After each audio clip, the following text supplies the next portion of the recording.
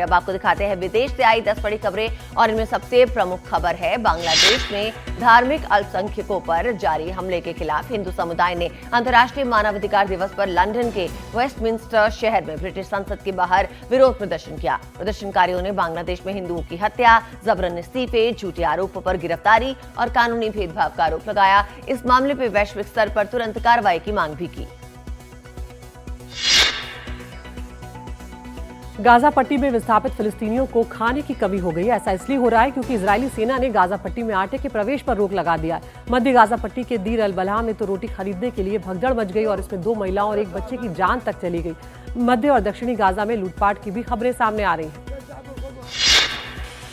अफगानिस्तान की राजधानी काबुल में एक बड़ा बम धमाका हुआ जिसमें तालिबान के शरणार्थी और पुनर्वास मंत्री खलील हक्कानी की मौत हो गई। खलील हक्कानी हक्कानी नेटवर्क के एक सीनियर सदस्य थे। खलील हक्कानी अफगानिस्तान में आने वाले शरणार्थियों की समस्या को संभाल रहे थे। धमाके में खलील के अलावा 12 लोग भी मारे गए हैं।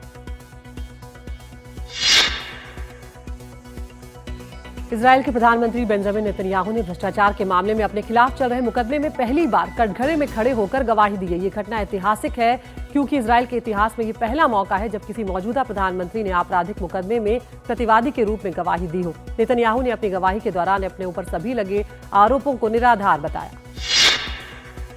इजरायल ने सीरिया के रिसोर्ट सेंटर पर हमला कर दिया है। सीरिया के पूर्व राष्ट्रपति बशर अल असद के सत्ता से हटने के बाद इजरायल सीरिया पे ताबड़तोड़ हमले कर रहा है। इस हमले में केवल रिसोर्ट सेंटर को ही तबाह नहीं किया गया बल्कि इसके आसपास की इमारतों को भी निशाना बनाकर इजरायल ने तबाह किया है।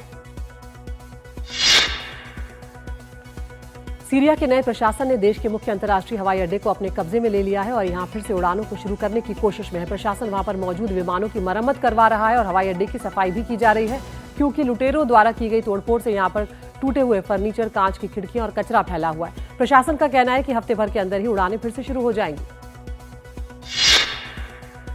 ब्रिटेन के राष्ट्रीय किसान संघ के हजारों लोगों ने टैक्स नियमों में बदलाव के खिलाफ विरोध प्रदर्शन किया। इस दौरान लंदन की सड़कों पर ट्रैक्टर्स की लंबी कतारें देखने को मिली। ट्रैक्टर्स की लंबी कतार पहले संसद भवन गई, उसके बाद व्हाइट हॉल पहुंची। इन ट्रैक्टर्स के कारण आसपास के सड़कें बंद रही।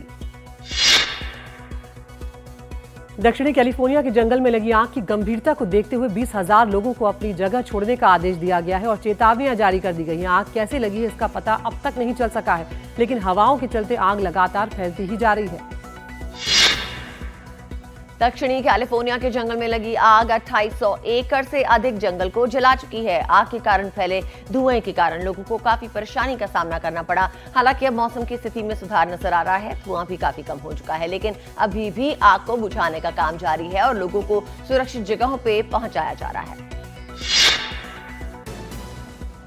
टेस्ला और स्पेसएक्स के फाउंडर इलॉन मस्क ने इतिहास रच दिया है। मस्क की संपत्ति $400 बिलियन से भी ज्यादा हो गई है। ऐसा करने वाले वो दुनिया के पहले शख्स बन गए। ब्लूमबर्ग बिलियनर्स इंडेक्स के मुताबिक स्पेसएक्स के शेयरों में हुई इनसाइड डील के बाद मस्क की संपत्ति में $50 बिलियन का इजाफा हुआ है।